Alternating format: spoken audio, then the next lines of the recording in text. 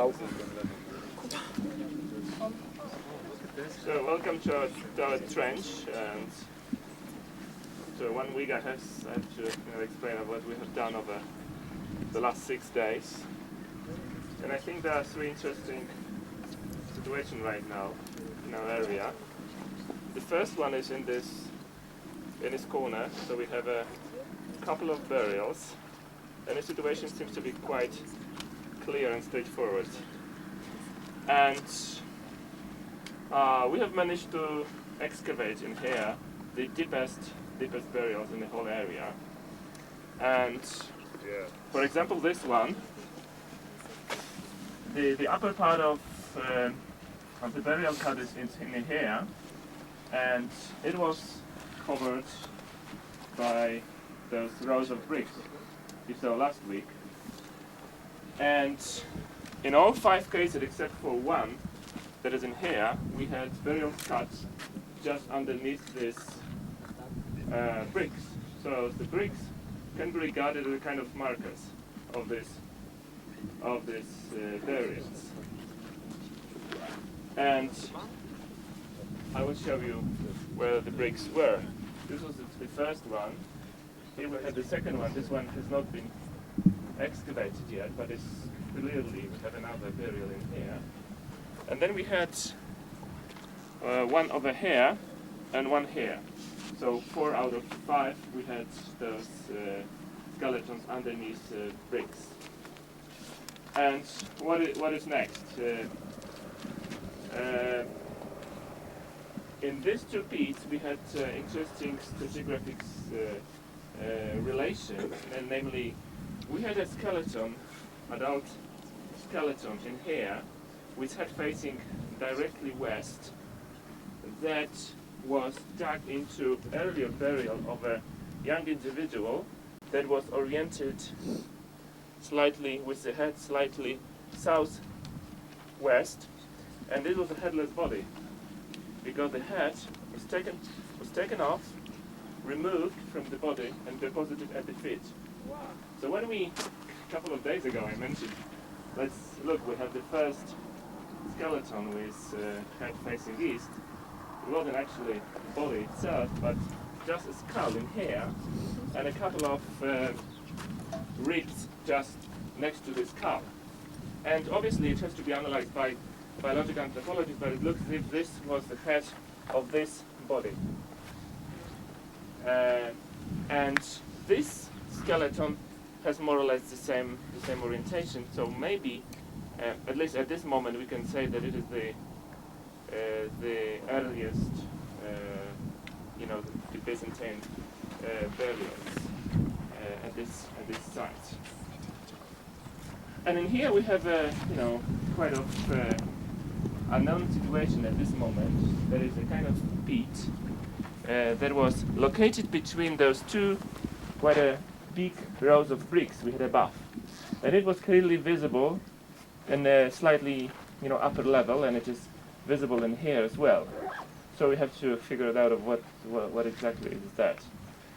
It was just in between those bricks and in between two burials. So it is how the situation looks like in this corner, and probably we'll have another burial in here, just a small part in this excavated area. So this is one situation I'd like to point out, and we can just have a look in here. We had two big pits, which were characterized by a mixture of various soils, clay, silt, a lot of ash, charcoal, and all kind of material. It wasn't layered, it was just a mixture of everything. And we had one pit that was, more than 2 meters long, and then underneath this one we had a slightly smaller one that was maybe 1.5 meters long. It was just in here, and they were about 30-40 centimeters deep. And we have found a number of very interesting objects in these 2 pits, such as fragments of copper, 2 fragments of copper, 1 coin a lot of spindle whorls and the loom weights. So, and interestingly, all material, or majority of material like grains, like pottery, like flint, like bones, were burnt in these two pits. So we believe that this belongs to a slightly earlier period, probably the Hellenistic one. And why taking away the layers from this part of our area, we managed to recognize a very similar, you know, consistency and color like in this small area, for example. So it showed that it was like maybe kind of fire, and it can be recognized on the surface at this level. So we'll see how the situation will look like in this trench. And in this case, we had interesting stratigraphic relations here that maybe are not visible right now because we have lifted those two skeletons. We have one burial cut here, and the second one was somewhere here, and we had this one was just covered by this pit, so it was just older than this pit, but at the same time another one was dug into this large pit, and it was above the other pit. So both things were going on at the same time, more or less. I mean, those pits were used, and the burial, I mean, this area were used like as a burial ground at the same time. And this maybe is the most interesting thing we have discovered over the last 6 days, and I believe that it is a, Hellenistic layer what we have now, and the reasons for that are these storage vessels, mainly amphoras we have found in this pit, as well as somewhere here in this layer. There's a cluster of huge pottery sherds.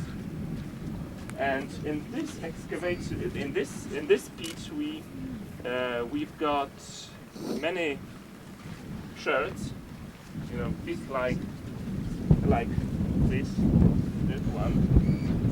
So it's clearly different than the Byzantine ones we had in upper layers, and as well something that looks like a plaster. Actually, we have found pieces of bricks.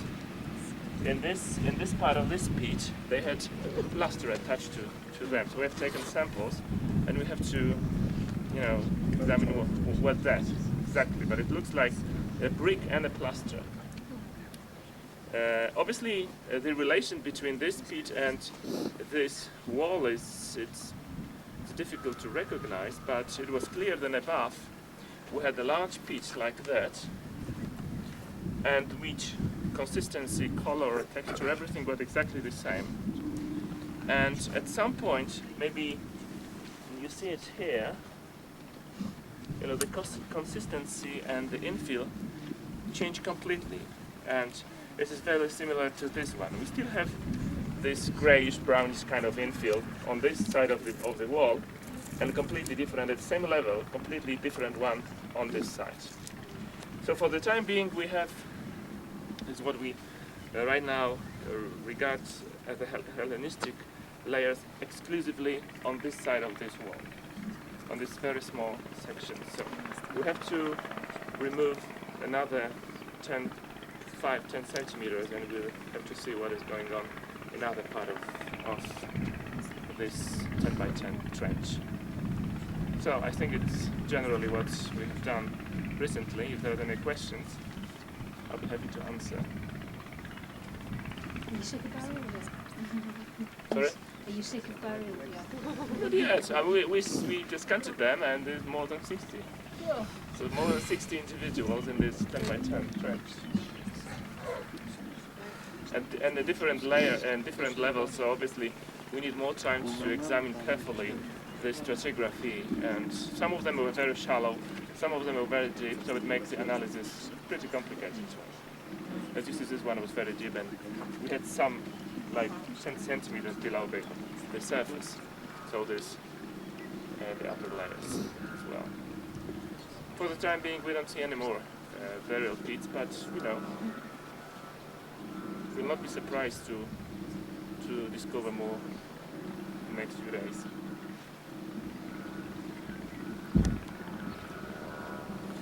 So do you see your skeletons in like 2 layers going from the surface down, or are they really everywhere? Can you? I mean, it's interesting. I think they're at least on two layers, and the first, this shallow one, maybe you can see in here that there is a small brown or with some ashes layer that goes like around this area, and we had the burials just above.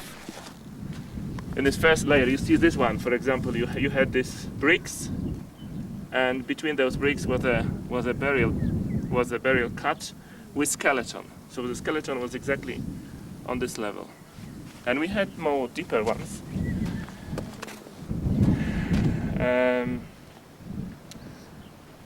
It looks as if this burial place was used constantly for a number of years, but interestingly, very few burials were located on top of the other. With few exceptions like this one, the head was taken off, but generally they were located in a separate places. So we believe that kind of markers might have existed to make them visible on the ground. And the pottery you don't find just in the pits, you find it also in the infill between. The pottery. Yes, everywhere. Everywhere. Except for those large pieces. They have been found in one cluster. It was actually just a small cluster within this layer in here, and in this one pit. So it was also a settlement and a burial ground, or at least temporarily, yes. Used like this because you have shows, fire. Yeah, you this have pit shows. Yeah. Those two pits show that there were kind of other activities going on as well.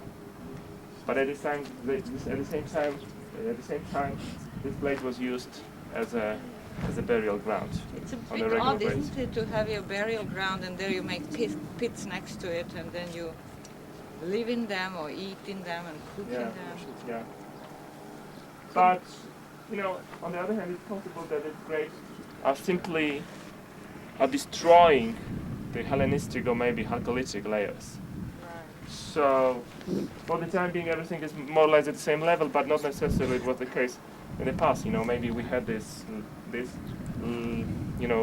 later layers below the ground, and then we had something above in the Byzantine period. So that's possible as well. But it's clear that it was a very intense use of this small space. But this seems to be older than all these graves. Obviously, the graves are below, but it means nothing. Yeah. Okay. We have to really carefully examine the stratigraphy in this trench because it's very interesting, and I think it just will give us some answers and the relationship between those two phases of occupation of this part of Mount. So.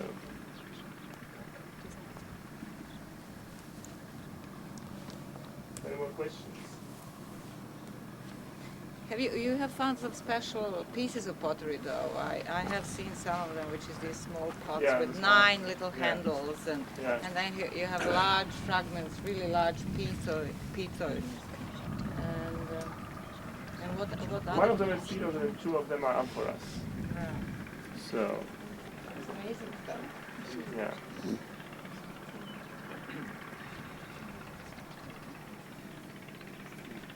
Okay.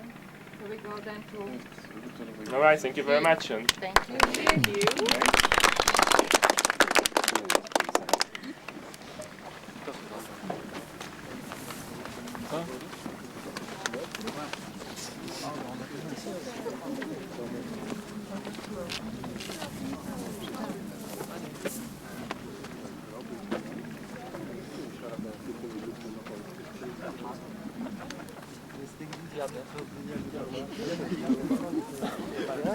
What's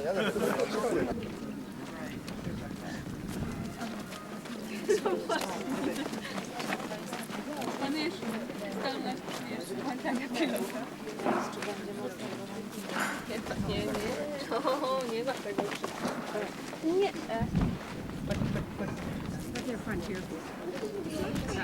to actually apply forensic techniques to the analysis to see conceptually what you could do any populational. Hi, Jason! There is a settlement. Hi! There is a settlement down there. Hello.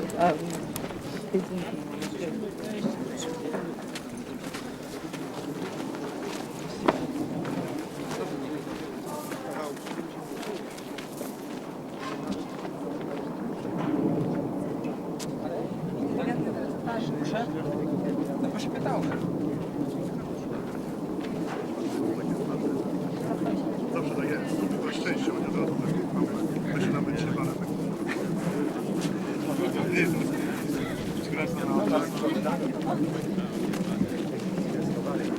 Tak? To się robi wszystko. Us making a mess of everything.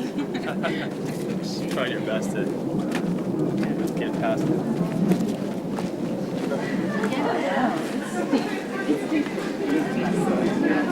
Couple inches. You're not going to see very much from up there. Aynen korkuyorum. But there's room over here. This is where we're focused. You can see in building 3 this week we've done quite a lot. I actually can't quite remember what we'd done last week, but I know that we cleaned out the burials. And this week, had we taken out the red wall last week? Yeah. You'd seen the red, no, priority tour people saw it. Did everybody see the red wall gone? Oh well, don't answer me, I don't care. So anyway, the red wall is gone. The red wall was here. That's gone, and what we've been doing is just going down lower and lower, and things have gradually become clearer as we've been going lower. One of the things which became clear at the beginning of the week, when we did take down the red wall and looked at the stratigraphy very carefully just in this corner, was that up here still in this northwest corner of the building, we are still at a much later horizon or phase or whatever, building phase in the history of this particular house than the rest of the building. In fact, what we've been doing during this week is to take down the floors here to try to phase them with what's going on in this part of the building. This is our old space 86, and this is our old space 158. Now it's called space 201. And last week we'd come down on this, we've taken away that wall, we've joined and made this huge platform here. And now we've got a similar situation over here in the northeastern part of the building. But we're still not completely in sync with the phases. But now it's much clearer what's going on. In terms of the phases, this platform, this very big platform here, and this one, and the floor that I'm standing on, actually it's not quite the floor because it's still packing slightly above the floor. We don't want to get the floor dirty. But all of that, this corner, is now at the earliest phase that we've excavated so far. We call this phase C. This floor and this platform and this whole, what we call the kitchen area, is still in what we call phase D, but it's the earliest phase of phase D. And that's the phase from which these burials here were dug. And I think last week we already had this one exposed in the center. That's now gone. And this was a really interesting one. In it, Laurie and Başak found a very small child. You want to say anything about it? It was about 8 to 10 months old. And it was buried with little beads, red beads on one hand, black beads on the other, and underneath its head was a little basket. And with a shell with paint and a little spatula with some kind of azurite or malachite stone. So that was really interesting. And in the basket. And in the basket? All of it. The baby Oh, was all of it. buried in the basket. Right. And the baby was buried in the basket. And there's some pieces of the basket still remaining in the hole here. So this was, these three burials were buried, these three children's burials were buried from this particular floor. These two were buried later than this middle one, which was buried first, but they were all pretty much within a similar period, so that it's clear that the burial of this one was known to the people who buried the two children on either side. So now in this area now, at this same period, we got some really interesting evidence of storage, more storage bins. Here's a lovely storage bin coming up here, which is actually stratified under a later storage basket here, which had been here later became a storage basket in this period, and also there were storage bins up there. So this, now what we're focusing on is to bring this oven, big oven down, this late oven, and the late floors here, including the storage things, down to this same period, down to D, this earliest D period, and then take the whole thing down to the, what we're calling the C phase. Meanwhile, what else? Oh yes, we can't just stand around at this corner because there's lots of interesting stuff here.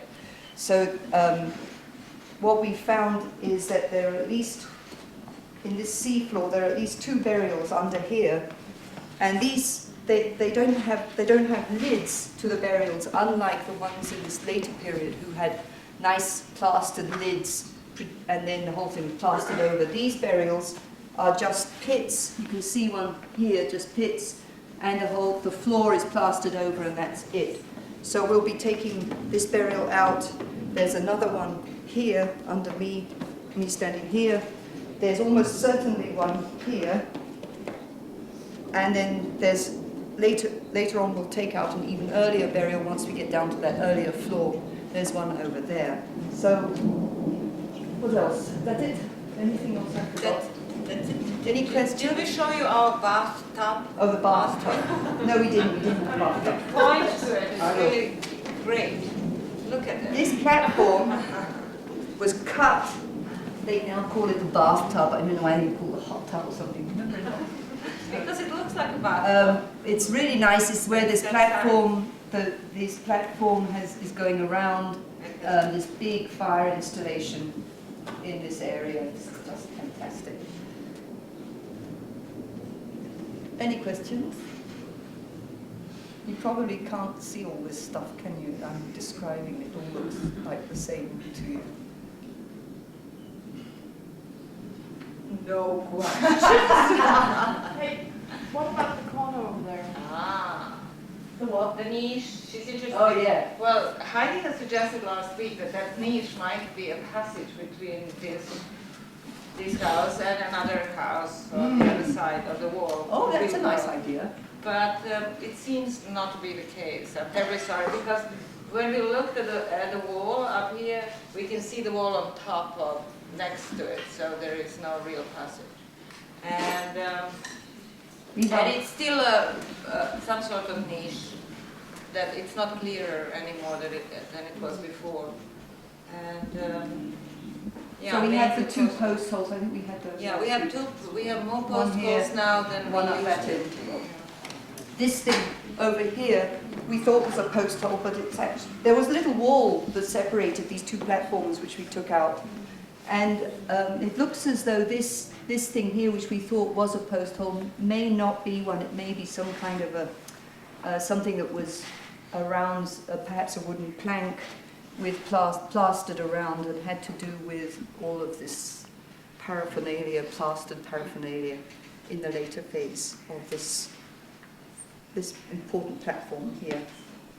And also this little hole, Ruth, in the middle of Oh, yes. 169, it could have been cached, it was empty. This one. Yeah. Last week we thought this might be a burial. It wasn't. It was. It's had anything in it?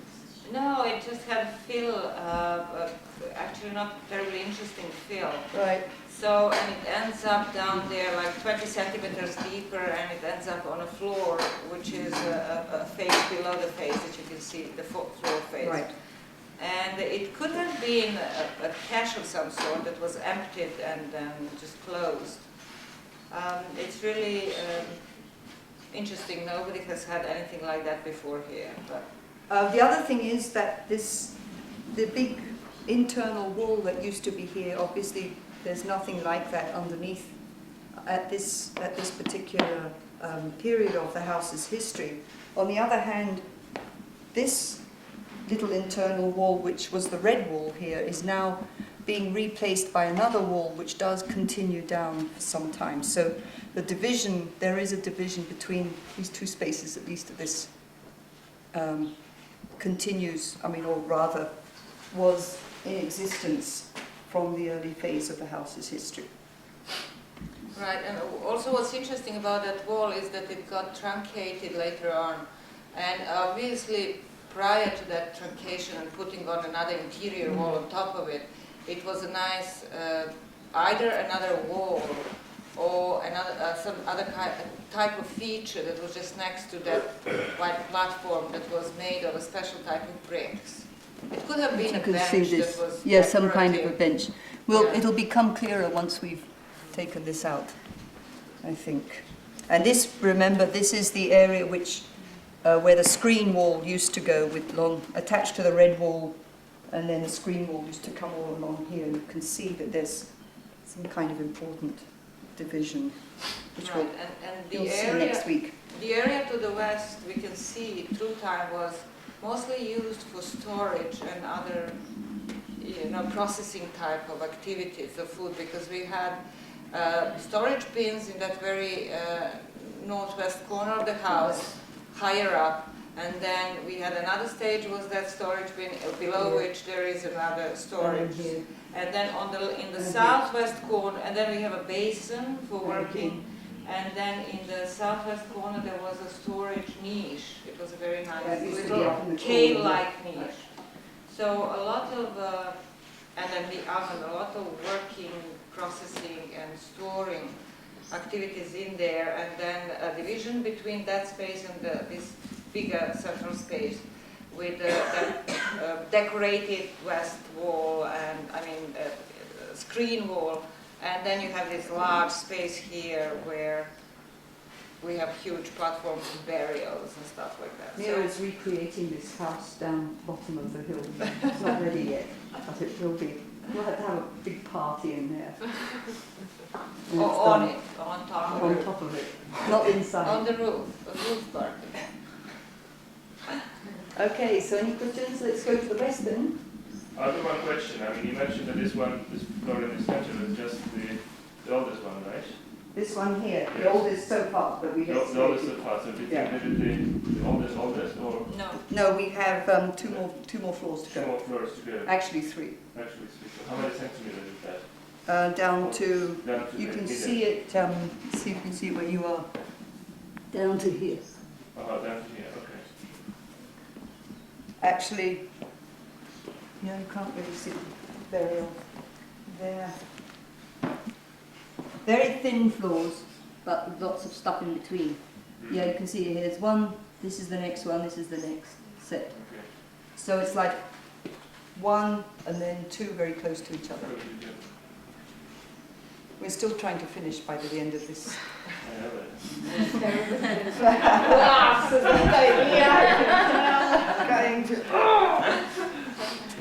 It just gets sort of so complicated, but it's sort of clearer now, so that we feel, we can do it more quickly. Not hacking exactly, but excavating with more confidence. Okay, anything else? We should Okay. go to the west. Let's go to the west. Yes. Trina is waiting for us.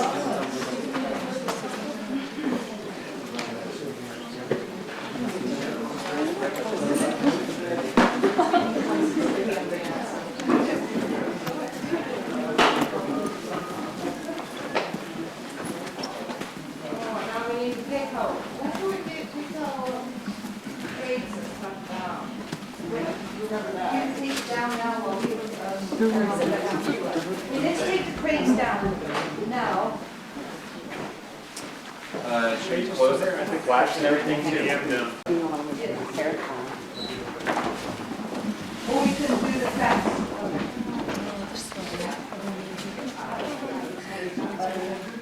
Is this? I just come down. Yeah, that's mine. Thank you.